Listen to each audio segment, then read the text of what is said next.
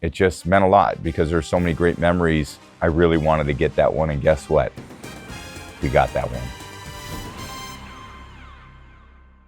Tom, the Verizon Mailbag is back this week. It's overflowing. Looks like Santa's mailbox this time of year. Oh, yeah. Got time for a few questions? What do you got?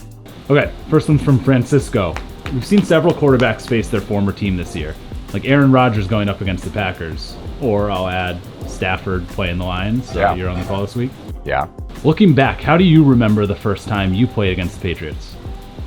Well, it was the first and only time I played against Patriots.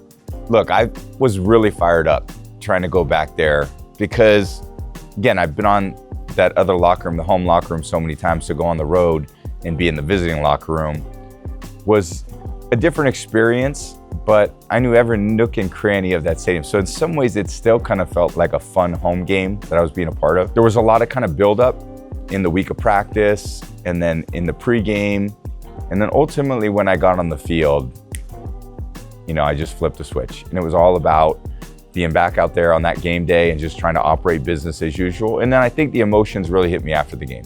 I remember there was a really cool sequence in an interview where I was just talking about what it meant to be back there. I remember the press conference after the game. It was a crowded group of reporters, and it just meant a lot because there's so many great memories that you shared in that stadium, and I really wanted to get that one, and guess what? We got that one. Next up from Krista. When did you feel like you mastered the technique of throwing a football? How do you evolve your throwing motion over time? Wow, such a great question, and I think it speaks to just continuing education and development in whatever job you have. Mine happened to be quarterback, and that was so much about improving the techniques and fundamentals that allowed me to deliver the ball accurately under pressure. It was a daily thought in my head. It was a daily action on the practice field. Every time I was brushing my teeth in the morning, I was thinking about, okay, how do I get my hands in a better position? How do I break the ball with my right hand and my left hand to push the ball back? And how do I take a really short stride and torque my body and then still really stay really relaxed throughout the course of my delivery? And all these little nuances of mechanics you have to train, because sometimes when you learn when you're young, it's a little wrong. In order to fix it as you get older, it takes a lot of reps to reprogram and rewire your body for a new movement.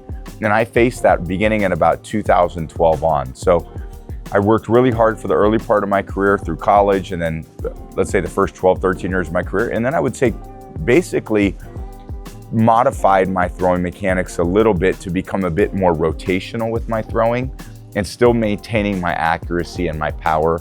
But again, it was a lot of reps, thousands and thousands and thousands of reps it took for me to make just the smallest bits of change. And I was very fortunate to be supported by some great people in that process. I made a YouTube video on it too. You should actually go check it out. Tom Walter asks, in addition to film study, which we've talked about a lot, what else did you do throughout the week to improve your mental preparation for a game as a QB and as a broadcaster?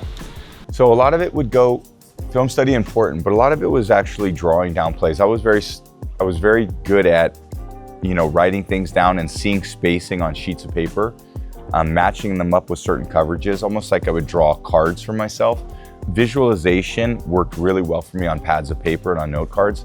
And then I would watch the film, and then a lot of the nighttime visualization I would do, certainly before the game, the morning of the game, the day of the game, constantly looking at plays and seeing them play out, seeing the spacing in the defense. And then that allowed me to really anticipate when I got out there on the field. Last one, really hard-hitting question here.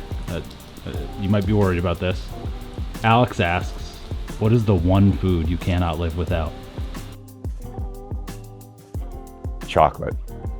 I love chocolate. I've tended to switch to healthier chocolates over the years, but you give me a little chocolate ice cream or a chocolate lava cake or chocolate brownie or something with some type of chocolate crunch, I'm a sucker for that. I'm sorry. People aren't even going to believe that. They're going to say Tom Brady's trying to relate to us here.